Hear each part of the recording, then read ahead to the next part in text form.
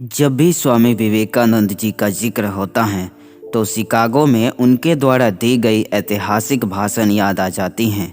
1893 में अमेरिका के शिकागो में विश्व धर्म परिषद में भारत के प्रतिनिधित्व के रूप में स्वामी विवेकानंद जी पहुंचे थे। उसी सभा में उन्होंने जो ऐतिहासिक भाषण दिया था उस पर आज भी सभी भारतीयों को बहुत ही गर्व होता है। कहते हैं कि उस धर्म परिषद में अमेरिका और यूरोप के देश के कई लोग अपने अपने देश का प्रतिनिधित्व करने आए थे। वह लोग भारतवासियों को और भारत को बहुत ही हीन दृष्टि से देखते थे। वहाँ के लोगों ने स्वामी विवेकानंद को सर्वधर्म परिषद में बोलने का समय ना मिले इसके लिए भी काफ़ी प्रयत्न किया, लेकिन वहाँ के एक अमेरिकन प्रोफेसर के प्रयास से स्वामी विवेकानंद को 2 मिनट का समय मिल गया। फिर क्या था, उन्होंने अपने भाषण की शुरुआत जैसे ही बहनों और भाइयों से की वैसे ही पूरा हॉल तालियों की गड़गड़ाहट से गूंज उठा। जहां उन्हें 2 मिनट का भी समय भाषण के लिए मिलना मुश्किल हो रहा था, वहीं उनके भाषण ने इस तरीके से वहां उपस्थित विद्वानों को आश्चर्यचकित किया कि घंटों तक लोगों ने उनके भाषण को सुना। आखिर उस भाषण में स्वामी विवेकानंद जी ने क्या बोला होगा, आगे की वीडियो में जानते हैं। और इनसे जुड़े सारे सवाल जैसे इनकी जन्म कब और कहां हुआ, स्वामी विवेकानंद जी का पुराना नाम क्या था, इनके जन्म दिवस पर राष्ट्रीय युवा दिवस क्यों और कब से मनाया जाता है, तथा स्वामी विवेकानंद जी की मृत्यु कब और कैसे हुई, एवं इनसे जुड़े और भी बहुत कुछ इस वीडियो के अंदर जानेंगे। तो बने रहिए वीडियो के अंत तक। जय हिंद दोस्तों, स्वागत है आपके अपने YouTube चैनल LMC मंजीत पर। तो चलिए बिना देर किए आज के इस वीडियो को शुरू करते हैं। स्वामी विवेकानंद जी का जीवन काल भले ही बेहद छोटा रहा, लेकिन छोटे से जीवन काल में भी इन्होंने ऐसे ऐसे महान कार्य किए जिसके कारण आज भी पूरी दुनिया उनकी शिष्य हैं और उनका अनुसरण करती हैं। उठो जागो और तब तक मत रुको जब तक लक्ष्य की प्राप्ति ना हो जाए। दोस्तों, इनका एकमात्र यही विचार ही आज के युवाओं को प्रेरित करने के लिए काफ़ी हैं। स्वामी विवेकानंद जी का जन्म कोलकाता में 12 जनवरी 1863 को एक हिंदू बंगाली परिवार में हुआ था। यह अपने 9 भाई बहनों में से एक थे। इनके माताजी ने बचपन में इनका नाम वीरेश्वर रखा था, लेकिन बाद में इनका नाम बदलकर नरेंद्र नाथ दत्त कर दिया गया। प्यार से इन्हें नरेंद्र भी पुकारा जाता था। नरेंद्र नाथ दत्त जी के पिता का नाम विश्वनाथ दत्त था, जो पेशे से कोलकाता हाई कोर्ट में एक प्रसिद्ध और सफल वकील थे। उनके वकालत के काफ़ी चर्चे थे। इनके पिताजी को अंग्रेजी और फारसी भाषा पर अच्छी पकड़ थी। इतना ही नहीं, उन पर पश्चिमी संस्कृति का भी गहरा प्रभाव था।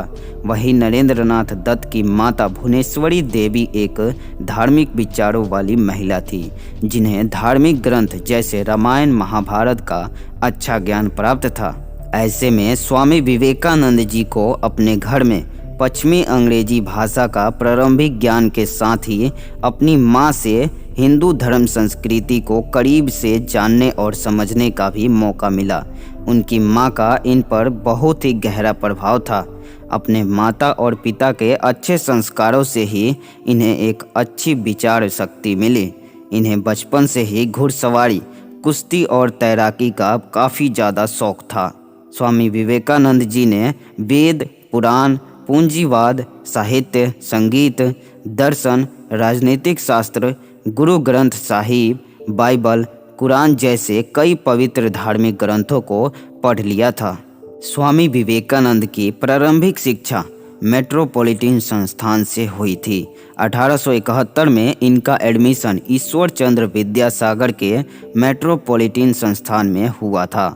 1877 में किसी कारणवश इनका पूरा परिवार रायपुर चला गया, जिसके कारण तीसरी कक्षा की पढ़ाई में इन्हें बाधा पहुंची। फिर 2 साल के बाद इनका परिवार कोलकाता वापस आ गया। उसके बाद नरेंद्र नाथ दत्त ने प्रेसिडेंसी कॉलेज की एंट्रेंस परीक्षा प्रथम अंकों के साथ पास की। 1884 में स्वामी विवेकानंद ने कला विषय से ग्रेजुएशन की डिग्री हासिल की।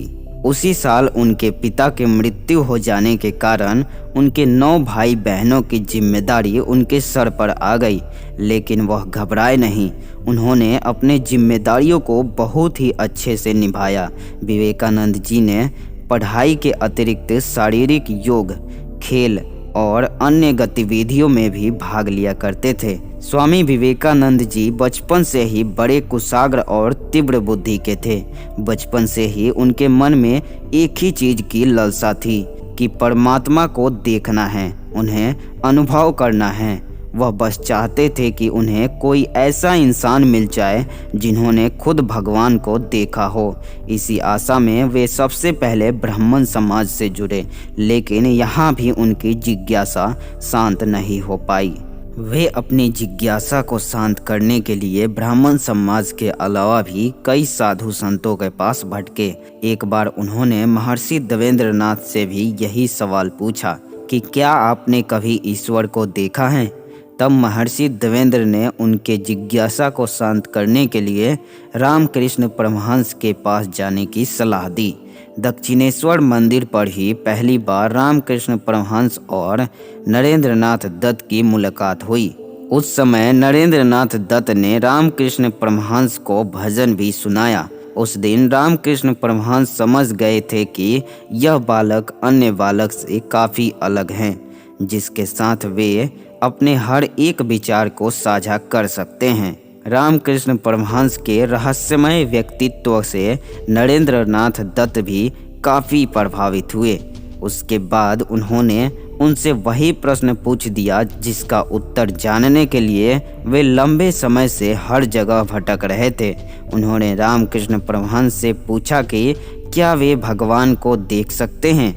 रामकृष्ण परमहंस ने कहा कि हाँ, मैं भगवान को देख सकता हूँ। जैसे मैं तुम्हें देख सकता हूँ, ठीक उसी तरह भगवान को भी देख सकता हूँ। हर व्यक्ति भगवान को देख सकता है, अगर वह सच्चे मन से भगवान को देखना चाहे तो। रामकृष्ण परमहंस के जवाब ने नरेंद्रनाथ दत्त के जिज्ञासा को शांत किया। 1881 में नरेंद्रनाथ दत्त ने रामकृष्ण परमहंस को अपना गुरु बना लिया। उसके बाद नरेंद्रनाथ दत्त अपने गुरु के बताए गए मार्ग पर चलने लगे। नरेंद्रनाथ दत्त रामकृष्ण परमहंस से इतना प्रभावित हुए कि अपने गुरु के प्रति उनकी श्रद्धा और कर्तव्य निष्ठा बढ़ती ही चली गई। 1885 में जब रामकृष्ण परमहंस कैंसर से पीड़ित हो गए, उस वक्त विवेकानंद जी ने अपने गुरु की बहुत ही सेवा की। उस दौरान गुरु और शिष्य के बीच का रिश्ता काफ़ी ज़्यादा गहरा हो गया। जब रामकृष्ण परमहंस की मृत्यु हो गई, तब नरेंद्रनाथ दत्त ने वराहनगर में रामकृष्ण मठ की स्थापना की। उसी समय उन्होंने ब्रह्मचर्य त्याग का व्रत लिया, जिसके बाद वे नरेंद्रनाथ दत्त से स्वामी विवेकानंद हो गए। रामकृष्ण परमहंस के निधन के बाद स्वामी विवेकानंद ने अपने जीवन और कार्यों में नया मोड़ लाए। 25 वर्ष की अवस्था में गेरुआ वस्त्र धारण करके पैदल ही पूरे भारतवर्ष की यात्रा पर निकल गए। अपनी यात्रा वे आगरा, अयोध्या, अलवर, वृंदावन, बनारस समेत कई जगह की यात्रा की। इस दौरान उन्होंने कई सामाजिक कुरीतियों को भी मिटाने की कोशिश की। शिकागो में स्वामी विवेकानंद द्वारा दिया गया भाषण क्यों इतना खास है? चलिए सुनते हैं उस भाषण को कि क्या बोला उन्होंने। अमेरिकी बहनों और भाइयों, आपने जिस स्नेह के साथ मेरा स्वागत किया है, उससे मेरा दिल भर आया है। मैं दुनिया की सबसे पुरानी संत परंपरा और सभी धर्मों की जननी की तरफ से धन्यवाद देता हूँ। सभी जातियों और संप्रदायों के लाखों करोड़ों हिंदुओं की तरफ से आपका आभार व्यक्त करता हूँ।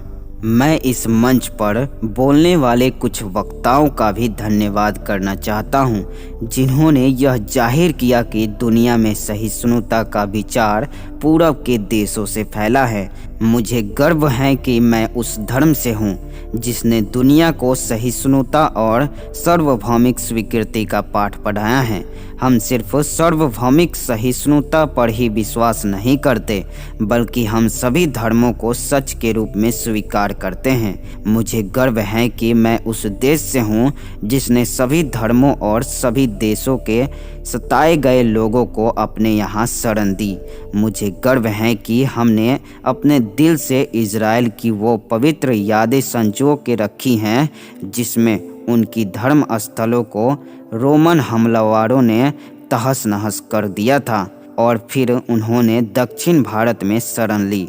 मुझे गर्व है कि मैं एक ऐसे धर्म से हूँ जिसने पारसी धर्म के लोगों को शरण दी और लगातार अब भी उनकी मदद कर रहा है। मैं इस मौके पर वह श्लोक सुनाना चाहता हूँ जो मैंने बचपन से याद किया और जिसे रोज करोड़ों लोग दोहराते हैं। जिस तरह अलग अलग जगहों से निकली नदियाँ अलग अलग रास्तों से होकर आखिरकार समुद्र में मिल जाती हैं, ठीक उसी तरह मनुष्य अपनी इच्छा से अलग अलग रास्ते चुनता है। ये रास्ते देखने में भले ही अलग अलग लगते हैं, लेकिन ये सब रास्ते ईश्वर तक ही जाते हैं। मौजूदा सम्मेलन, जो कि आज तक की सबसे पवित्र सभाओं में से हैं, वह अपने आप में गीता में कहे गए इस उपदेश का प्रमाण है। जो भी मुझ तक आता है, चाहे कैसा भी हो, मैं उस तक पहुंचता हूं। लोग अलग अलग रास्ते चुनते हैं, परेशानियां झेलते हैं, लेकिन आखिर में मुझ तक ही पहुंचते हैं। सांप्रदायिकता, कट्टरता और इसके भयानक वंशजों के धार्मिक हट ने लंबे समय से इस खूबसूरत धरती को जकड़ रखा है। उन्होंने इस धरती को हिंसा से भर दिया है और कितनी ही बार यह धरती खून से लाल हो चुकी है। ना जाने कितनी सभ्यताएं तबाह हुई और कितने देश मिटा दिए गए। यदि ये खौफनाक राक्षस नहीं होते तो मानव समाज कहीं ज़्यादा बेहतर होता जितना कि अभी हैं, लेकिन उनका वक्त अब पूरा हो चुका है। मुझे उम्मीद है कि इस सम्मेलन का बिगुल सभी तरह की कट्टरता, हठधर्मिता और दुखों का विनाश करने वाला होगा, चाहे वह तलवार से हो या फिर कलम से। उनके भाषण ने दुनिया में भारत की एक अलग ही छवि स्थापित की, जिसके बाद पूरी दुनिया भारत की शिष्य हो गई। स्वामी विवेकानंद अमेरिका में 3 वर्षों तक रहे। उस दौरान उन्होंने वहां के लोगों को भारत की महिमा से अवगत कराया। अमेरिका में भी इन्होंने रामकृष्ण मिशन की अनेक शाखाएं स्थापित की। स्वामी विवेकानंद का मानना था कि अध्यात्म ज्ञान और भारतीय दर्शन के बिना विश्व अनाथ हो जाएगा।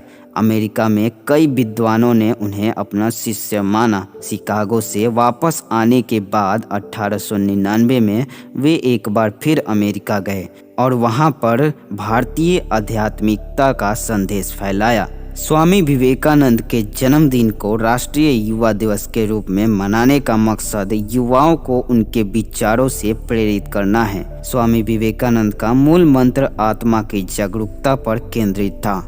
वे शिक्षा को चरित्र निर्माण और मानव मूल्यों का निर्माण करने का माध्यम मानते थे।